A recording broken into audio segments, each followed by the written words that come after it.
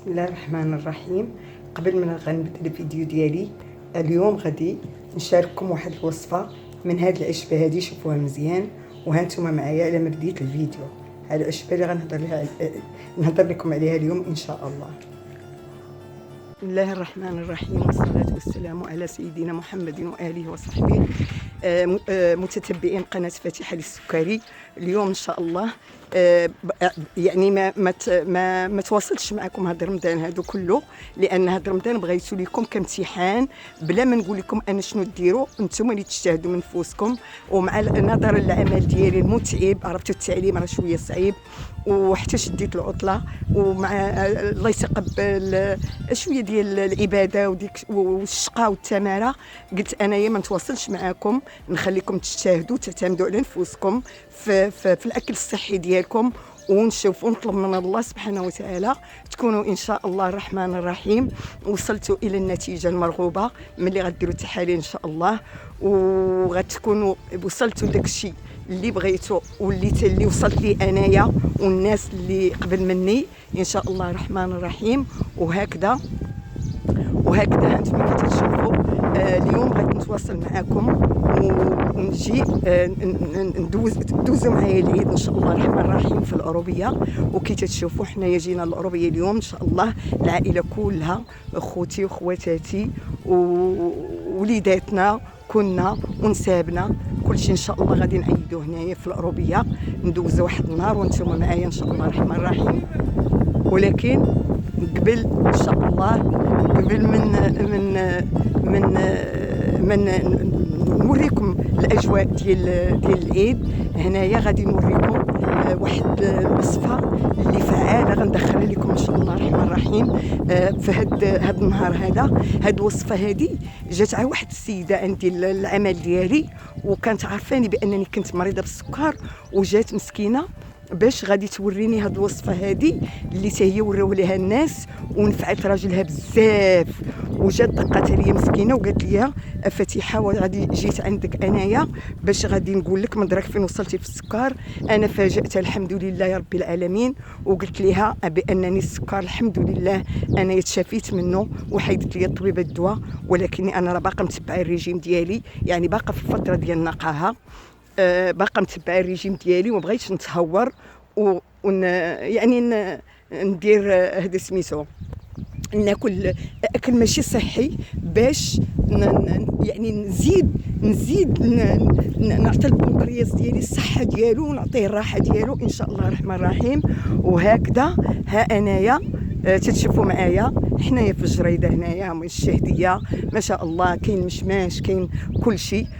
نديكم ثاني الخوخ وغنقول لكم ان شاء الله الرحمن الرحيم هاد الوصفه اللي جات هاد السيده وتتحلف بانها مسكينه، حتى هي غير عطاتها لها واحد المراه اللي تتحلف يعني تتحلف بانها لقات عليها راحتها، ولقاو عليها الناس بزاف راحتهم لانها لقاتها مقلقه ومعصبه. هانتم تشوفوا هنايا الخوخ، لقاتها معصبه مسكينه ومقلقه بزاف، وسولتها قالت لها مالكي. وهذا البرقوق كما كنتوا تشوفوا ما شاء الله ولا قوه الا بالله، الحمد لله رب العالمين، شوفوا الخيرات تبارك الله. وقالت لها مالكي، هنايا المشماش ما شاء الله كي تشوفوا، قالت لها مالكي، قالت لها ودي راه الراجل معصب ومعصبنا بزاف، قالت لها معصبنا بزاف مسكين، تياخذ الدواء وديك الشيء السكر ما بغاش يهبط ليه، وهكاك وقد ما هو ما تيهبطش ليه السكر قد ما تيزيد يتعصب. وهكذا قالت لها علاش هذاك سميتو، قالت لها زعماك راه عصبنا وخسرنا الجو في الدار، ما بقيناش نهضروا، ما بقيناش، وحاشاكم اعزكم الله ما تيحبش من البول، يعني ما تيوصل اعزكم الله الحمام حتى تيفزق حالته، يعني والمراه يعني تمحنت معاه بزاف. وهكذا قالت علاش لا انايا نقول هاد السيده نفعها مسكينه الله وعسى هاد العشبه هادي اللي كلها الناس تهضر عليها، ولكن بالشهاده ديال هاد المراه هادي اللي جربتها وجات عندي مسكينه باش تقولها ليا، وانا لقاتني الحمد لله رب العالمين، لقاتني الحمد لله تعالج من مرض السكري، ولكن قلت لها لا افيديني انا نفيد الناس بها، متتبعين وخوتي وخواتاتي السكريين نفيدهم ان شاء الله الرحمن الرحيم، على الله واساس تكون سبب الشفاء ديالهم. وهذه النبته هذه راه تتكون يعني فعاله جدا كما تتقول المراه، الى درجه انها داوت الناس من السرطان، وتتهبط بسرعه فائقه السكر. وهكذا هاد العشبه هي غادي نوريها لكم ان شاء الله الرحمن الرحيم، هي من الريوت. هذيك من الريوت راها فعاله تعودوا عليها، انا ما عمري درتها، ولكن هاد السيده قالت لي راجلها الحمد لله هبط لي السكر وما بقاش اعزكم الله تيفرزق حويجو، يعني ولا يتمس يعني يشد في راسو مزيان. وهكذا الحمد لله يا رب العالمين، الحمد لله. قالت لي وقلت لها علاش لا انايا ان شاء الله الرحمن الرحيم نوريها للناس ونوريهم هاد الوصفه هذه ونفيدهم بها. تتبقى يعني واحد الاجر ثابت عند الله سبحانه وتعالى. وتتشدها قالت لي هي تتشد واحد العرش ديال مريوت، تتشدو وتتغسلو وتديرو فيترو ديال الماء عريش، وتديرو فيترو ديال الماء طيب وتخليه. وقالت لي تنعطيه لراجلي كل صباح جهد، تتخليها واحد يعني تديرها في الليل وفي الصباح تتبقى تعطيه 2 معالق قبل الفطور، 2 معالق قبل الغداء، 2 معالق قبل العشاء، حتى تقاد لي السكر. مني تقاد لي السكر قالت لي بديت تنقص ليه، يعني بديت قالت لي تنقص شويه بشويه لانها تتهبط بزاف السكر. وقلت علاش لا، وارتئيت الا اني نشارككم هذه الوصفه هذه، وهانتم معايا ملي غادي ان شاء الله نوجدها وقبل الغداء ان شاء الله الرحمن الرحيم وانتم معايا. كما كتشوفوا مشاهدينا الكرام، بغيت نشارك معكم الفطور ديالي، بغيت الفطور ديالنا في العروبيه. كي تشوفوا العائله كلشي تبارك الله مجموع، خواتاتي وخواتاتي وعيالات خوتي والوليدات كلشي مجموع الحمد لله، وجيراننا جينا كلشي للعروبيه. هما كي تشوفوا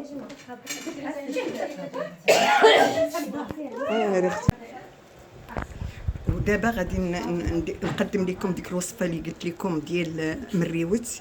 كي تشوفوا انا خديت 3 الوريقات، راه عندي كارمه، غادي ناخذهم وغنغسلهم بطبيعه الحال وغنديرهم في الكاس ونزيد عليهم الماء طيب. كي تشوفوا غندير عليهم كويس ديال الماء طيب ونخليهم واحد 10 ديال الدقائق قبل ما نتغداو.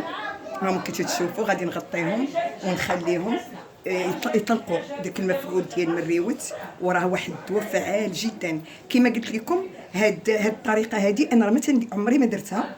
هاد الطريقه سمعتها في اليوتيوب، واحد السيده في القناه هي تتحلف بانها امها جربتها دارت هاد الطريقه. اما الطريقه اللي قالت لي السيده اللي جات عندي الخدمه ديالي قالت لي تدير عرش في اطر ديال الماء تتبقى تعطي 2 معالق. اما هذه تدير قالت لك 10 دقائق وتديرها في تشربها قبل الغداء وقبل الفطور وقبل العشاء، المده ديال العلاج، يعني تيكون باقي السكر طالع. وانا دابا حيت راك عرفتوا شويه ديال الماكله واخا كاين الخيرات تبارك الله كي تشوفوها معايا، راه ما كنتش خديت شويه ديال اللوز والكركاع هو اللي خديت صافي. ودابا وجدت هذا باش ناكل شويه ديال نشربوا وندير نتغدى عاد حتى الواحد يبقى واحد ربع ساعه نشربوا هذه. ها انايا قبل ما نبداو الغداء انايا كليت شلاضه، درت شلاضه ديالي ضروري نديرها. وهنا حنا عندنا دارنا خويا الله يحفظو دارنا شويه ديال الشوا. هاهمايا كي تشوفي بصحتكم وحقكم في الجنه ان شاء الله. ونتمنى لكم الخير في ديوركم ان شاء الله. والله اسمحوا لينا، واللي بغى يجي عندنا مرحبا به. وهكذا انا شاركتكم معايا الغداء ديالي وشاركت معكم الوصفه ديال مريوت، ونتمنى الله من الله يرقكم هذا الفيديو هذا، وما تنساوش تبارطاجيو هذا الفيديو هذا باش تعمل فائده، وضغطوا على الجرس ويكون ان شاء الله فيديو تعجب زوين ويعجبكم، وعيد مبارك سعيد ودمتم في رعاية الله، والى فيديو اخر ان شاء الله.